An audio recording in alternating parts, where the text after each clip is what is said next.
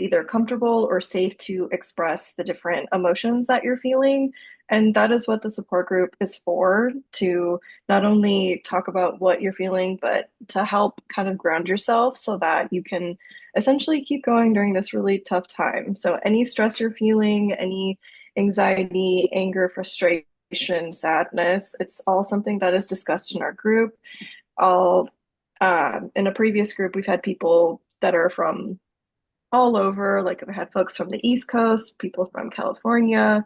So there's a big, wide net that we can cast. So we can form a little community of just having to express any emotions that you're feeling. It's a lot right now, and I myself am feeling a lot of things, and I need a place to talk to people about. So I can only imagine others feel the same. Yeah. So some ground rules for our meeting today, just to keep it very respectable, but also very fun. I want to ask that everyone just put themselves on mute just for the time being, unless that you maybe have a question or a comment that you'd like to add. And in this space, we're all agreeing to be mindful and respectful of each other's experiences, just to maintain a very safe environment for everybody. We want to validate everybody's experiences, but we still want to be respectful. If there's at any point it gets too offensive, or there's just it's a really uncomfortable space, we will take action from then on, but the main priority is to make sure that everybody is feeling safe and respected.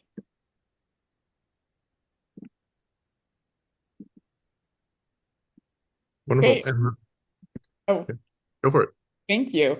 it. So I will get started.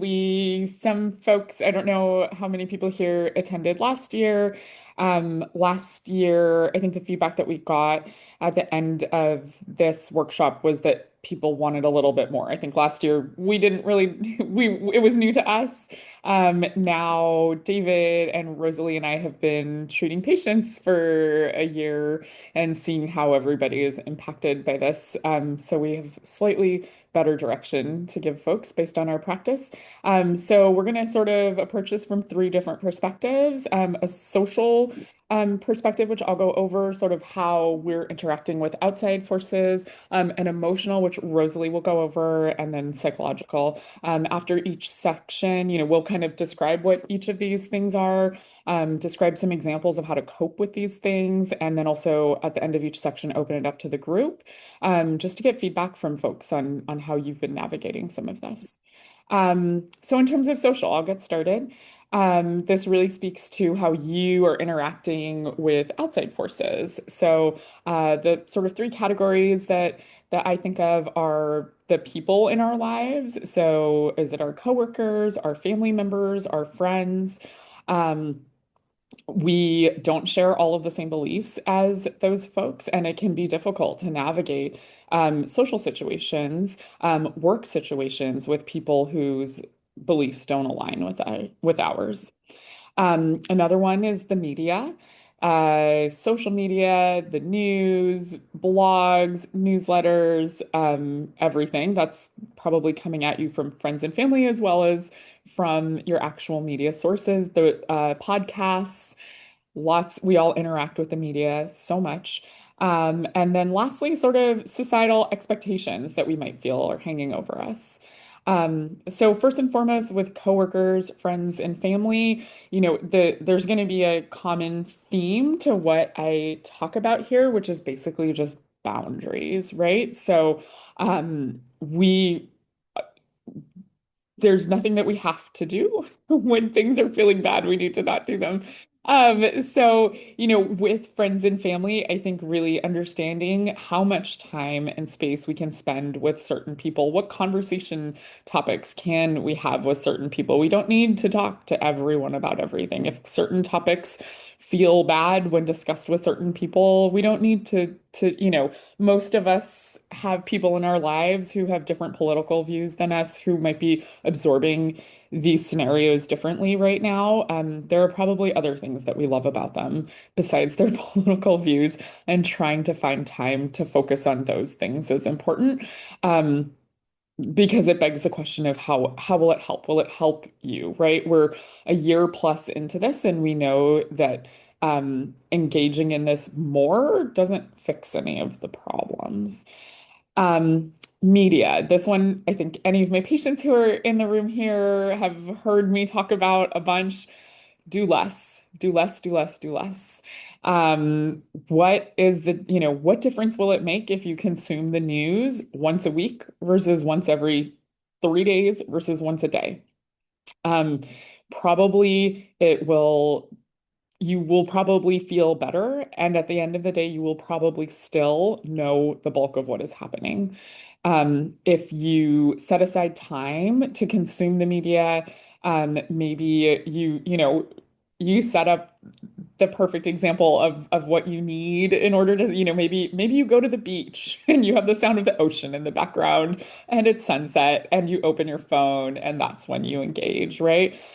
Basically figure out a time when you can engage. Like I said, we're a year plus into this. I have not seen anything catastrophic happen for myself, my close friends, my patients, my community, for anyone finding out any of this later. I think many of my patients know that this is a practice that I hold on to. I don't listen to a lot of the news, and many of my patients come into my appointments and they tell me about the news and they tell me what's happening. And it is so much more pleasant for me to learn it from somebody that I like than it is for me to read it from a news source that's trying to get that's trying to get clicks, that's trying to promote, that's trying to get ads read and things like that. It's a very, very different experience.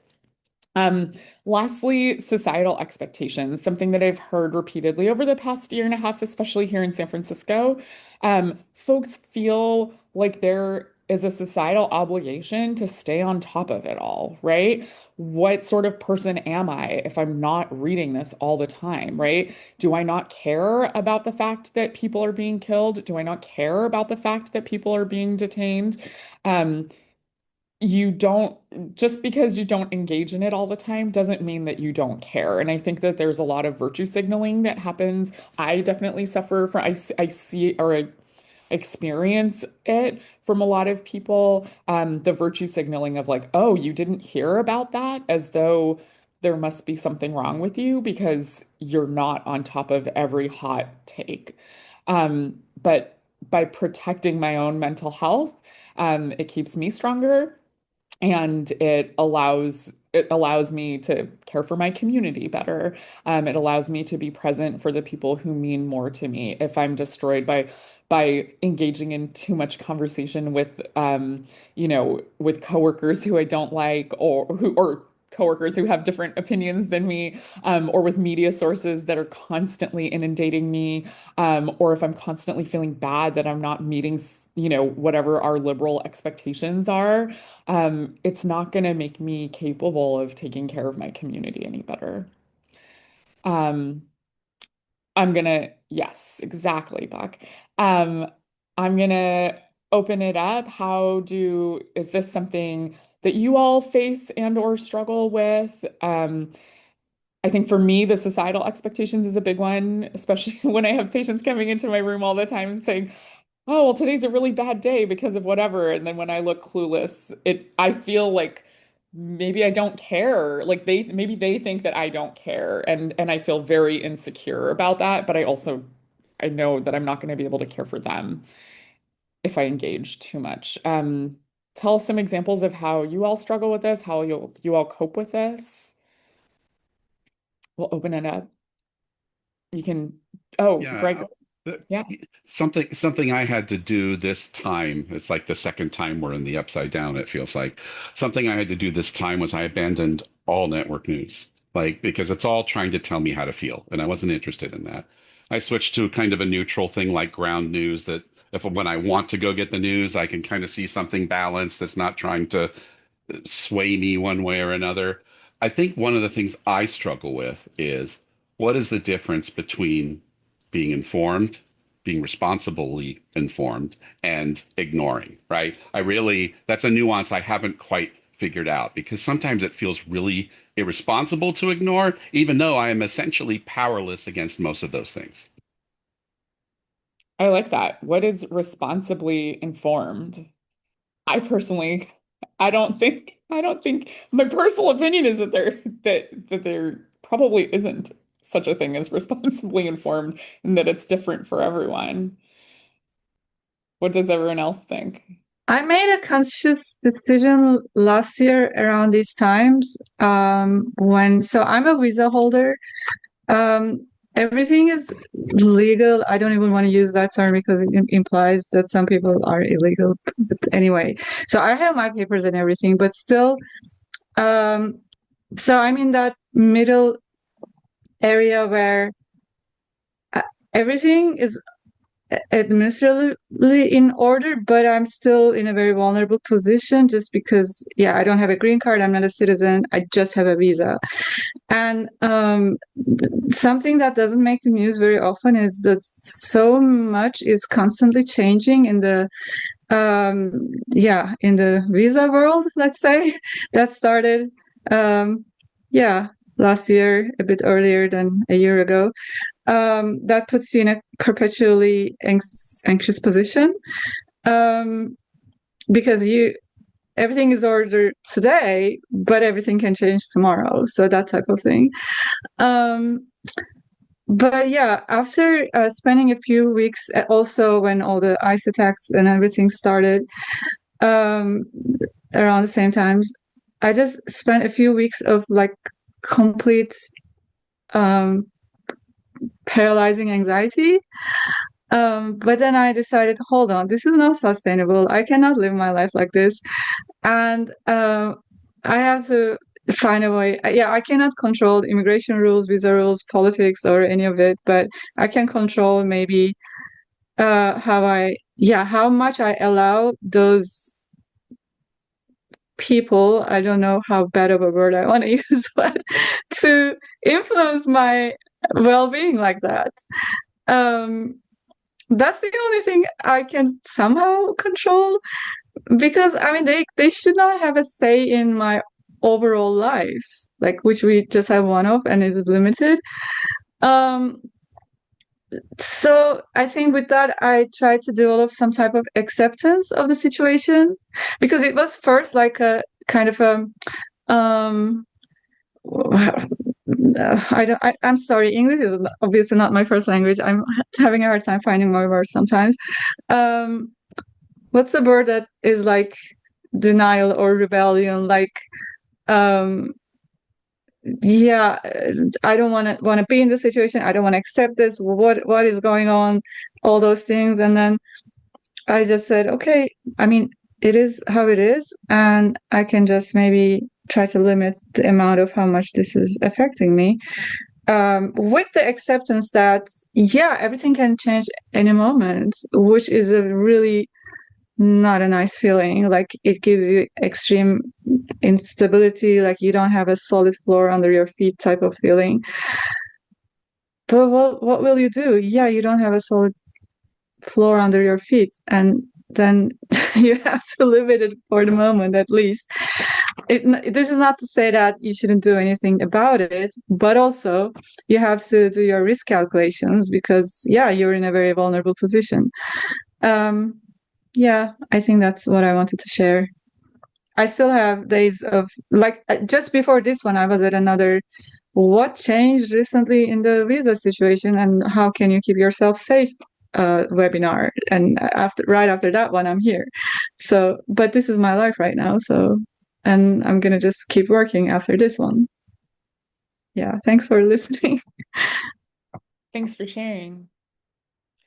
I think that interestingly in my practice, what I've found is that folks of any and all immigration status have all perhaps been of all ranges of anxious.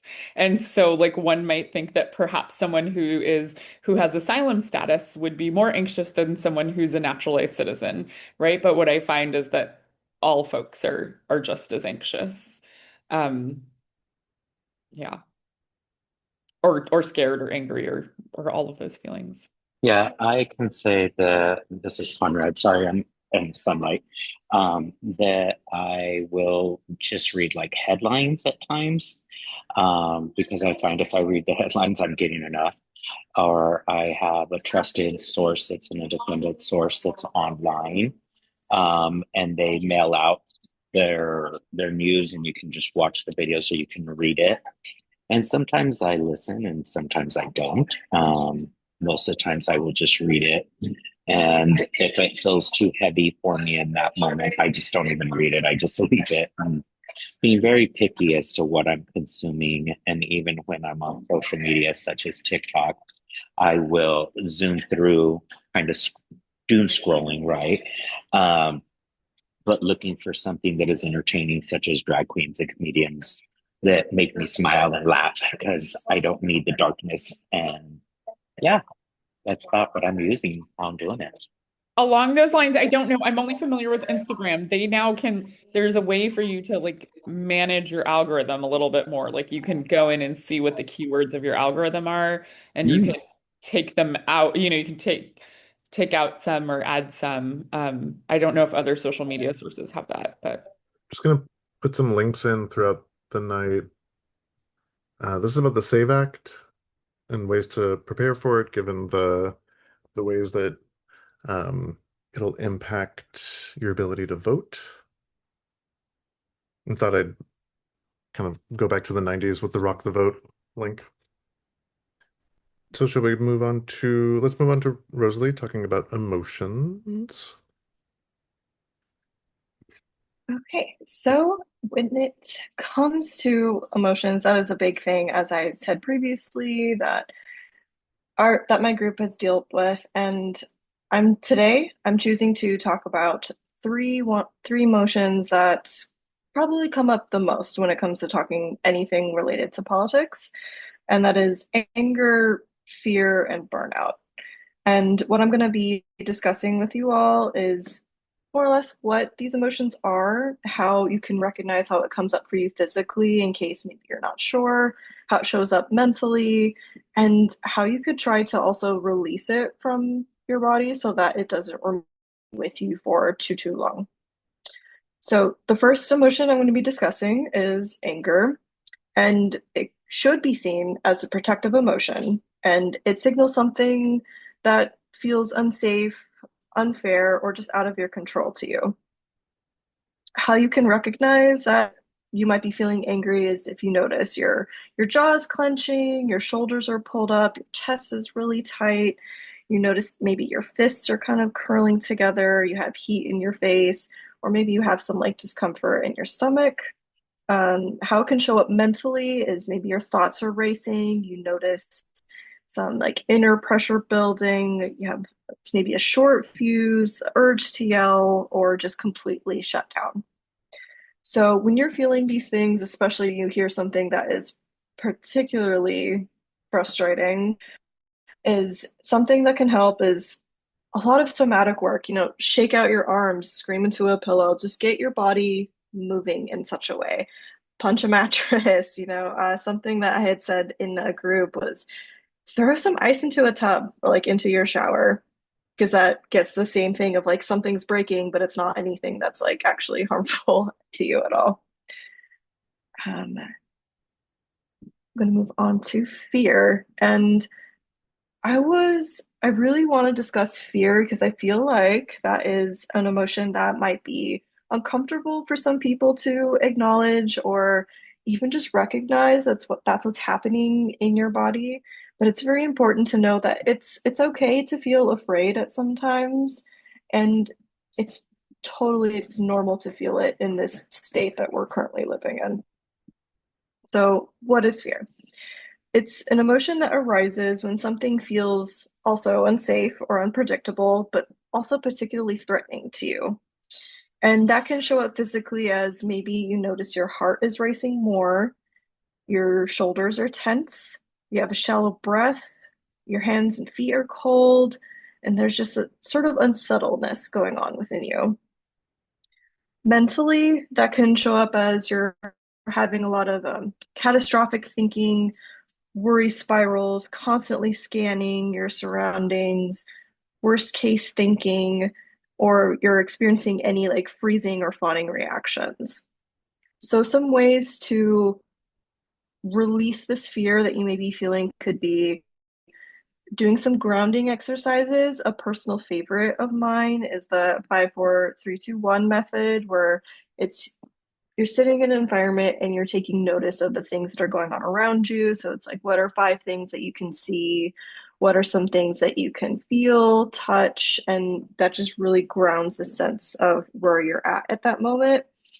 Another way is to slowly do some like rhythmic moving. Another one that I like, I believe it's called the butterfly tap. So it can either be on your arms, your legs, but you're essentially touching yourself like so, and you're trying to do it as slow as possible.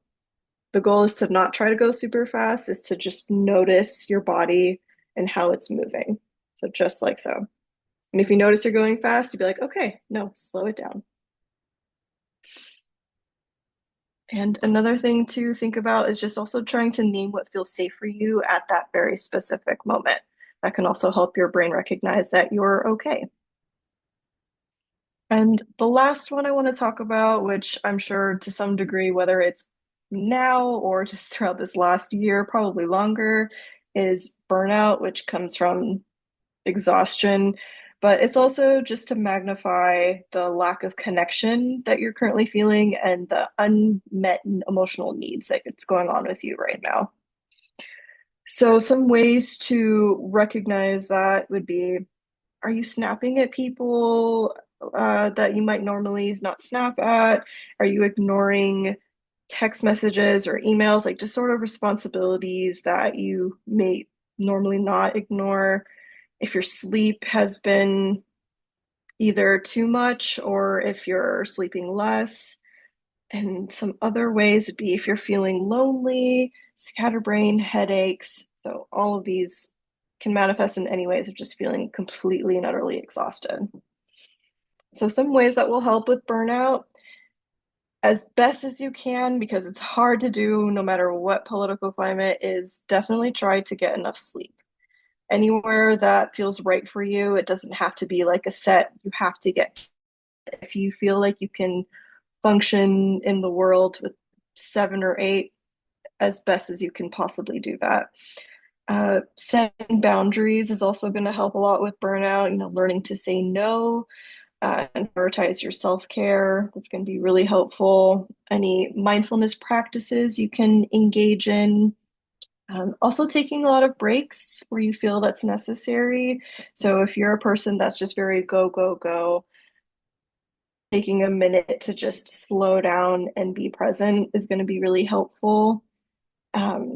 Trying to time manage yourself as best as possible as well. So that's going to, involve a bit more planning and looking at your schedule.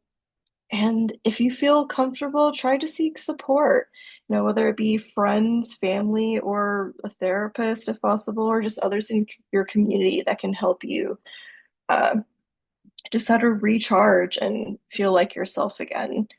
So I know it's really hard to imagine feeling anything even close to happiness right now, but joy is what's going to help us feel back on track with things and help us get through what's going on. And I'm not saying to completely ignore what is going on either, but to try to find pockets of joy is what's going to be helpful in this situation. So whether it's something to look forward to of a movie coming out, an album that you're interested in, event in whatever city that you're in, just something small so that it doesn't feel overwhelming to continue.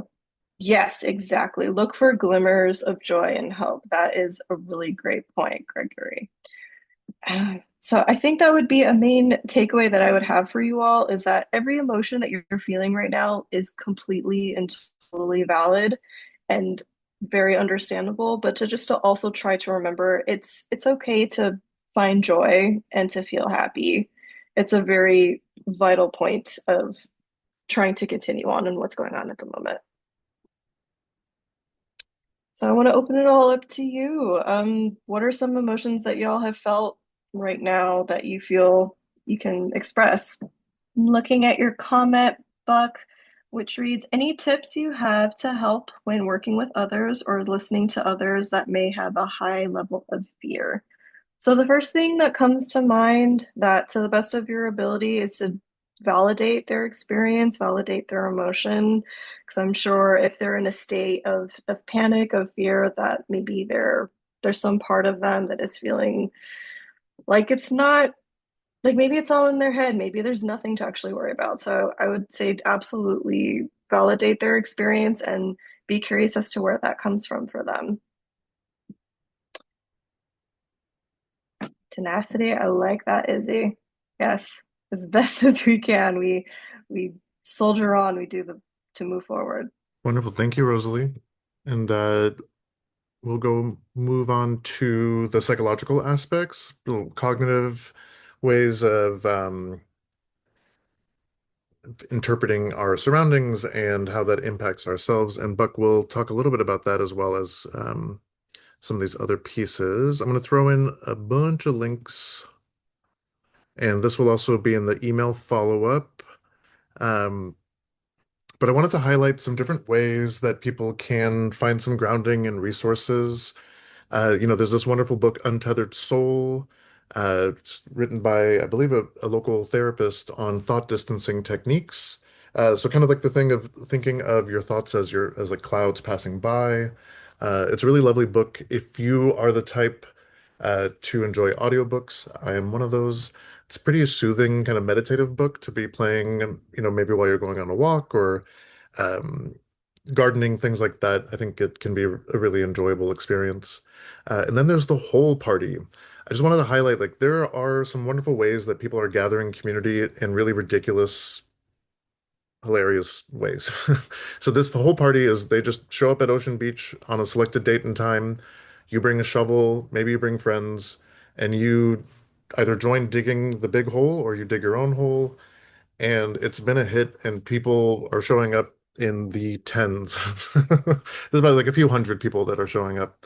But I think it's a really lovely way that they're kind of creating gatherings to appeal to different styles, different processing styles, and different ways of joining.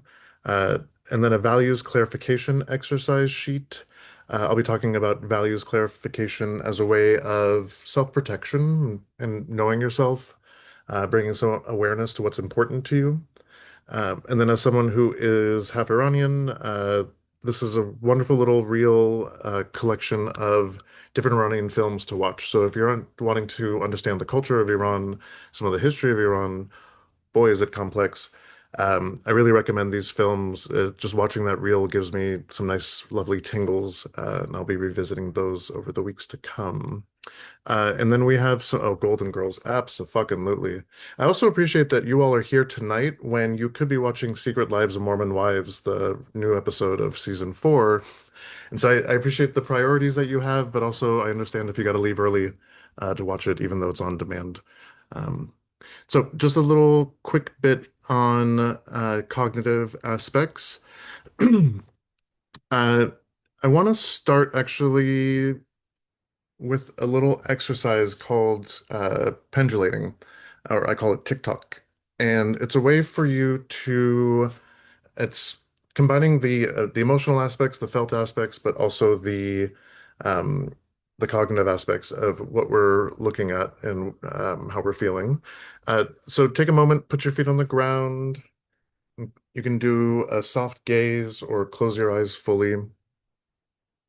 And I'm going to do this a little bit differently than I did in the last session. For this one, we're just going to be looking at the bodily senses. Um, so take a moment and just scan your body. Just a quick little head to toe. How are you feeling? And identify a part of your body that is holding some tension, holding some pain, holding some iciness.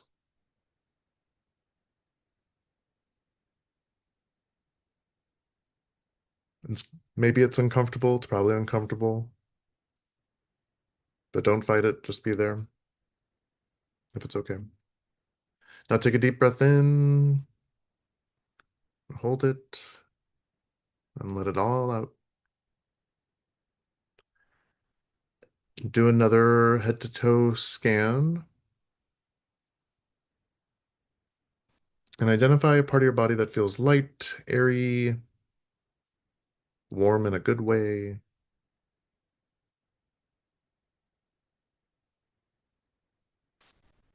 Just soak that in.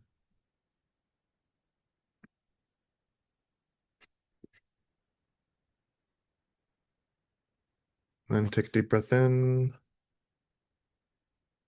and let it all out. And you can open your eyes when you're ready.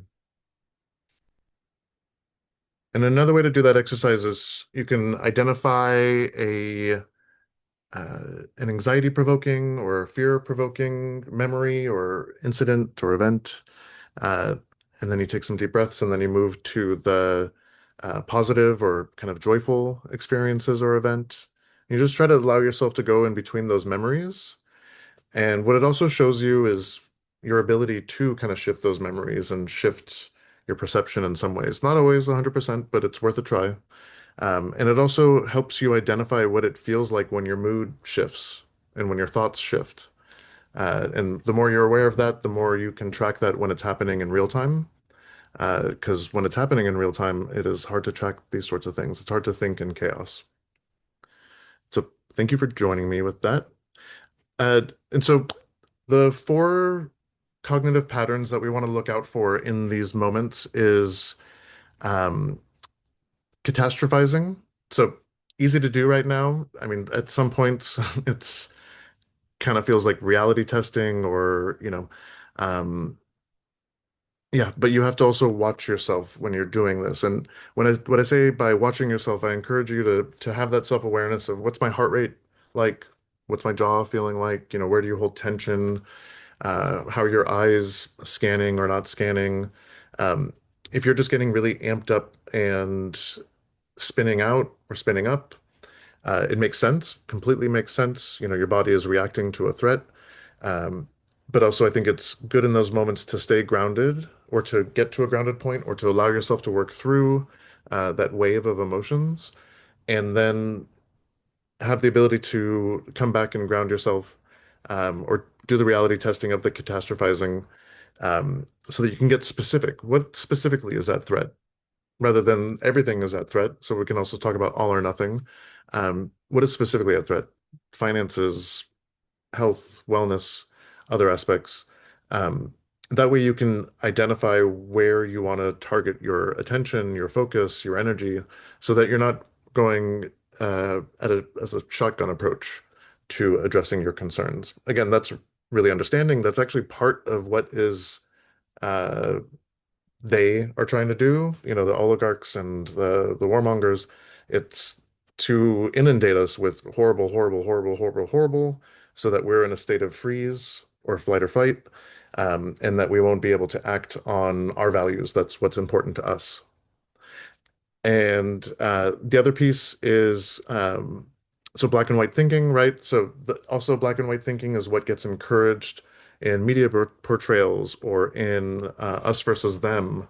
We are seeing a lot of portrayals of different cultures, different races, different ethnicities in a really negative light as a way to back up the wars or the invasions or the kidnappings that are going on. And then confirmation bias, I heard some people talk about how they were looking into ways, it was like ground news, I believe it was, or different resources that they they can trust or rely on that it won't be, they're just kind of stating the facts, ma'am, rather than trying to spin a different way. I think that's a good way to go about it. Um, and then emotional reasoning, I think there are some ways where we can talk ourselves out of a feeling. And it's important to acknowledge and accept that feeling. It doesn't mean that you have to agree with the feeling. It doesn't mean that you have to run with the feeling.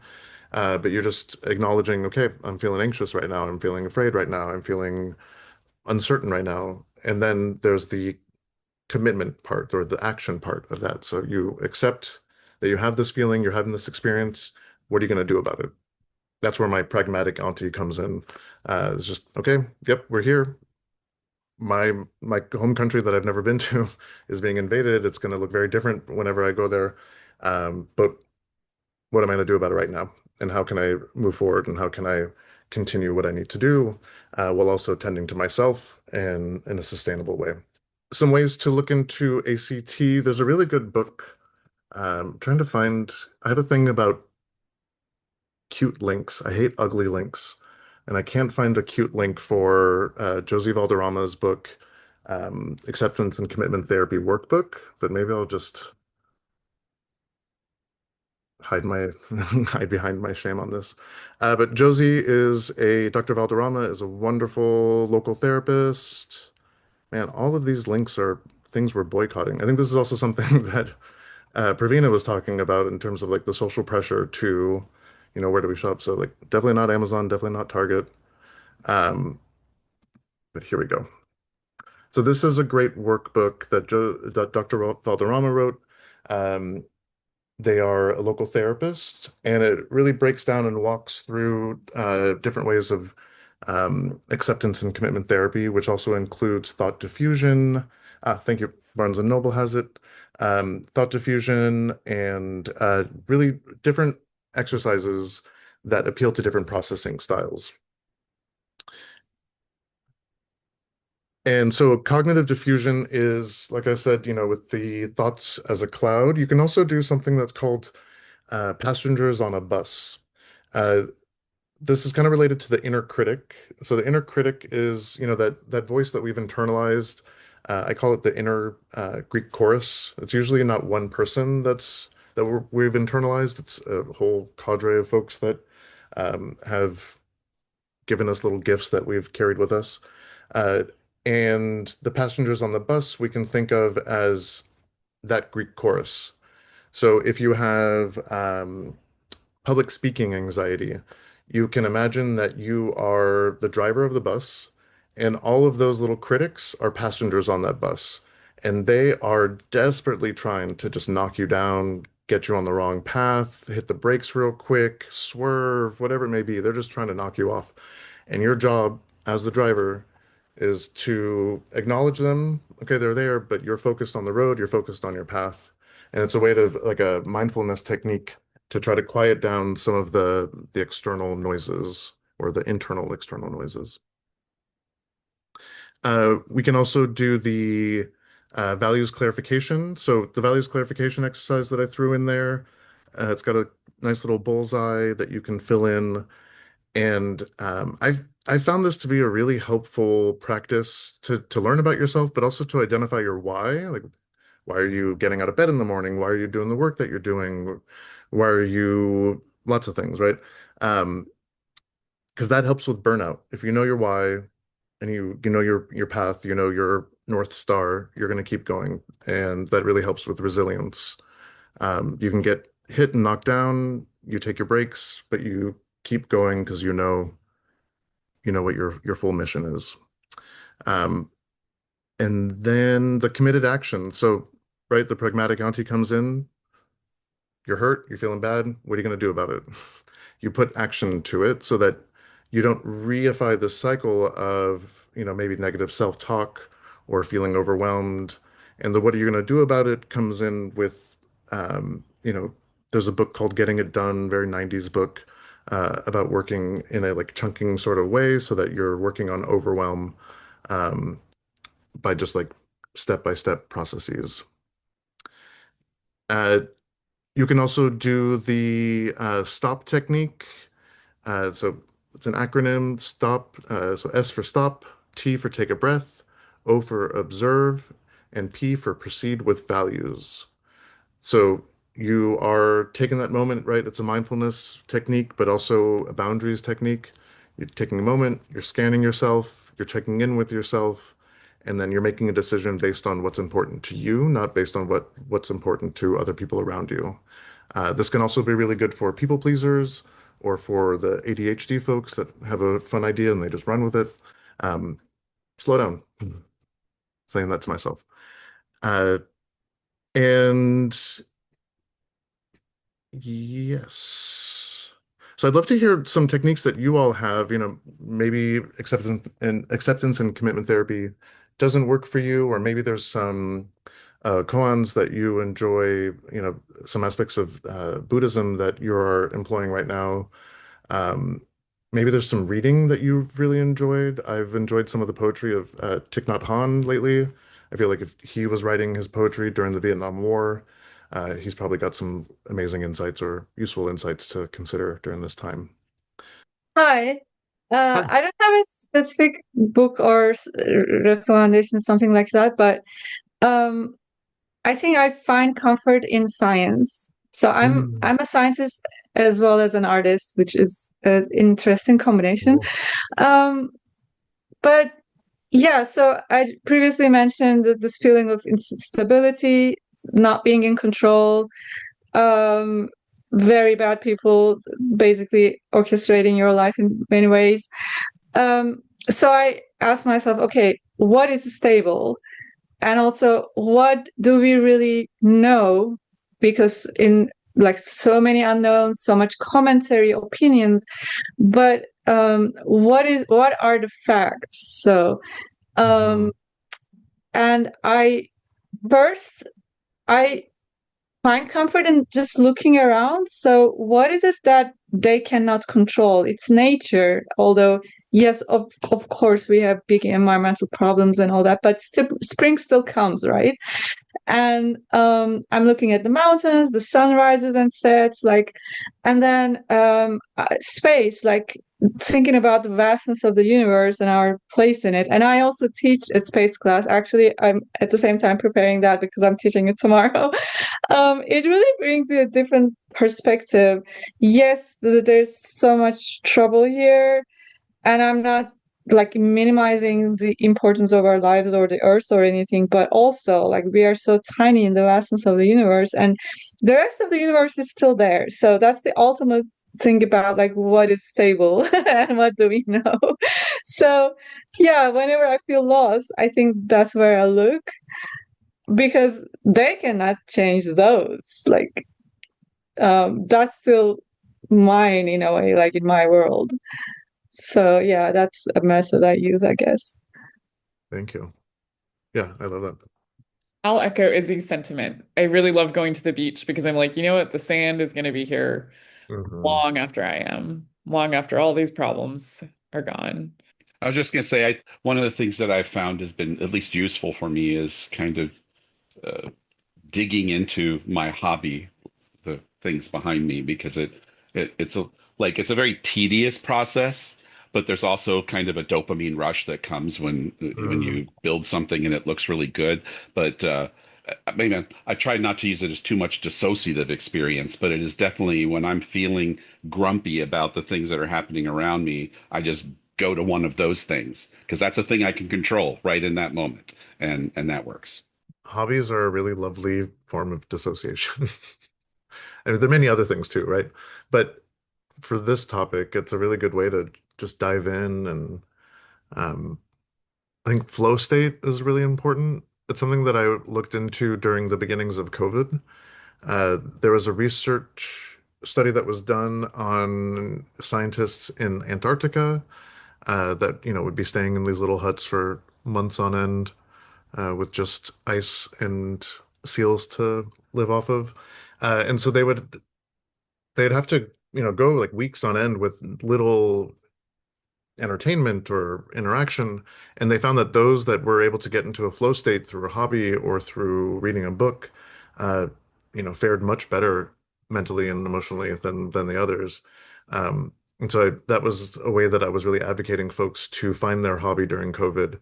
And even now, and I think there's this concern that people have that they're not doing enough, like Pravina was talking about and Rosalie were talking about that, this pressure to be performative or to show or to, and I think there are ways that by being actionable and giving back and being part of a community is really useful for so many different things, not just for ourselves, but we also have to be able to rest and yeah, take care of ourselves to be a little more sustainable. Sorry, David, can you tell me what you mean when you say flow state? Flow state means just like losing track of time because you're so invested in something. Uh, for the ADHD folks, that's something that comes to them naturally, and they maybe don't want to dive into it too well. But yeah, in the groove, um, yeah, just being able to lose track of time in a good way. Yeah, joy and pleasure and rest are rebellion, absolutely. I think there's also was it the nap ministry? Was a really good, Yeah, she's great. yeah. Yeah, being in community, very healing and supportive. That's a really good way of losing track of time, right? And just kind of being in the moment. We're talking about ways that, we can live and be in our life. And so take a moment to look at the ocean, to be with our feet in the sand, to enjoy our friends and family or our pups. Um, it's living, enjoying really good food. And then there's also another resource that I'll share. There's a podcast called How to Love in a Fucked Up World by Dean Spade. Love in a Fucked Up World. Well, we're gonna wrap up in a bit, but thank you all so much for coming out, joining us. The recording will be available, and thank you so much for joining us and for your great questions. Here is some more resources on us. We have Castro DPC, Dr. Salvador's practice, in her brand new office right on Noe and Market, right? Sanchez and Market? Sanchez and Market. Sanchez and Market. Yeah. Sanchez and Market. I was confused the two. Yeah. And Rosalie and I are at Rouse Relational Wellness online and in person in the Castro on 18th in Castro. I think, yeah, we'll do another one of these definitely sooner than another year. But thank you so much for coming out. We'll send a wrap-up email. Please feel free to reach out and ask us any questions or share any other resources that we can share with others. Thank you again, everyone.